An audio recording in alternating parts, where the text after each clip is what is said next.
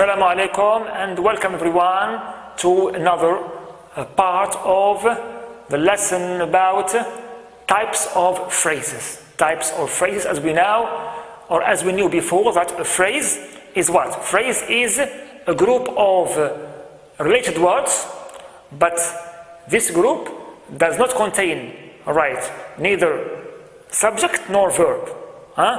It's a collection of words which come together, to complete the sentence meaning. The sentence meaning, Because if we want to distinguish between a phrase and a clause, we said that a clause contains subject plus verb or predicate in its structure, but the phrase, no. It contains only a group of words. It may contain preposition plus noun, clear,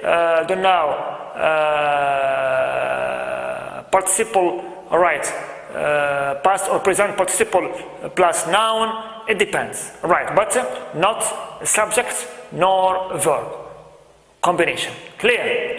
Good. Now, besides the other types we have seen before, today we'll try to explore another 5 types. Another 5 types of phrases. The first type is very common and widely used in almost most of the English sentences. It's called the noun phrase. Noun phrase.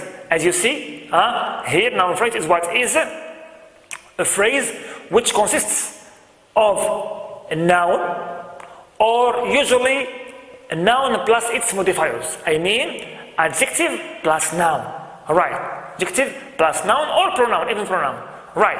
Plus noun or pronoun. For example, I say, the strong man is my neighbor. The strong, the adjective, strong adjective, man is noun. All this is noun phrase. Clear? I have bought an expensive mobile. I have bought an adjective, expensive adjective, mobile is noun. An expensive mobile is my noun phrase. So from now on, whenever you find any adjective plus noun or plus pronoun, you can call it a noun phrase. Clear? Noun phrase.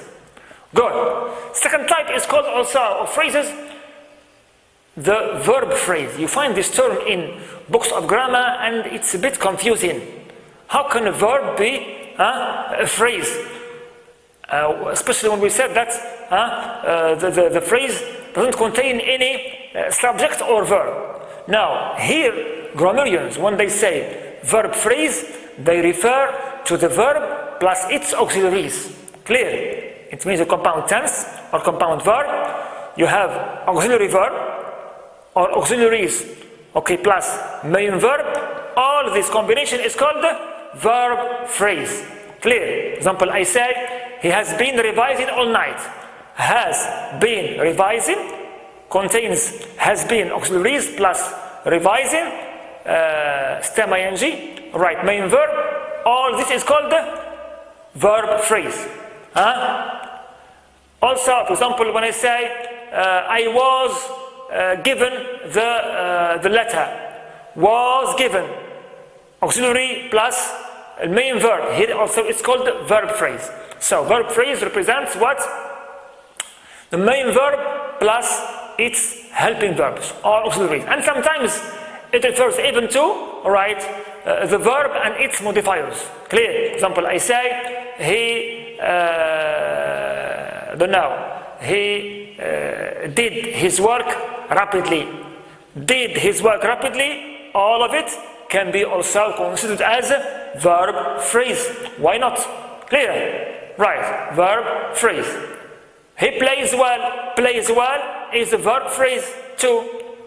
So here it refers either to the verb with its auxiliaries or the verb plus its modifiers. Clear? Modifiers. Good. Third type of phrase also is called appositive. Appositive. Appositive is what? It's a phrase which comes usually after comma or between commas, and it contains also a noun or noun phrase, to rename or identify more a noun before it. It comes to clarify more, to rename, all right, a noun which comes before it. For example, I say Obama, comma, the American president, comma, was elected in the 1990s. So, Obama, comma, the American president is the appositive. Why? Because it is a phrase which comes to rename, identify, to clarify more the noun of Obama. Right. Example also I can say, I like London. I like London, comma, the capital of Britain. Clear? So here, the capital of Britain is appositive. Alright? Why? Because it clarifies, identifies, and renames the noun before it, which is London. Clear? Which is London. Alright. And usually it consists of a noun or noun phrase. To identify another noun before it, it refers to it. Clear? Also, another type is called the absolute phrase. Absolute phrase, it's not widely used, this type. And also it's called the nominative phrase. This one represents noun or pronoun plus past participle or present participle. For example, I say, he looked at the beggar, comma, his face expressing pity. So here, his face expressing pity, his face noun phrase plus stem ing. Okay, pity represents my absolute phrase. Also, he sat on the bed, alright, comma, his clothes neatly folded by his side. So, he sat on the bed, comma, his clothes neatly folded. The clothes noun, folded also participle, alright, by his side. All what comes after this comma represents an absolute phrase. As you see, the commas, usually when they are placed, usually, not always, usually, placed between or in the middle of a sentence, or sometimes at the end, we may use sometimes for them commas, to separate them, right, but not always, not always. Good. Last type to be mentioned here today is called the interjectional phrase, from interjection. It's a phrase which starts with an interjection. For example, I say, what a pity, he is dead. What a pity, as you see, it contains what? A group of words which are related and starts with what? What? Surprise. Here. Right. Here it is called interjectional phrase. Also, oh please, don't say that again. Oh please, here is my interjectional phrase as it starts with the interjection oh. Right. Of surprise also.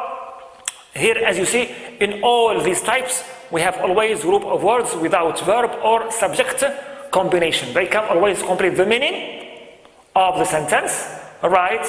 And sometimes we may use commands to set them off. Thank you so much and see you in another lesson. Good luck.